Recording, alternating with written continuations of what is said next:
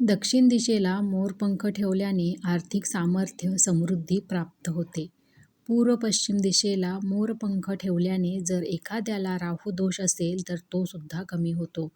तुमच्या घरात ईशान्य किंवा आग्नेय कोपऱ्यात सुद्धा तुम्ही एकापेक्षा अधिक मोराची पिसे ही ठेवू शकता.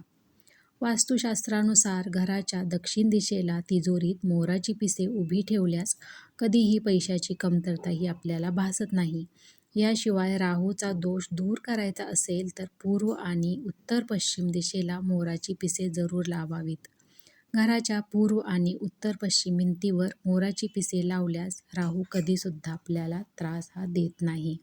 जर आपण आपल्या मुलांचे वाईट नजरेपासून संरक्षण करायचे असेल तर चांदीच्या ताबीजमध्ये मोराची पिसे घातली जातात.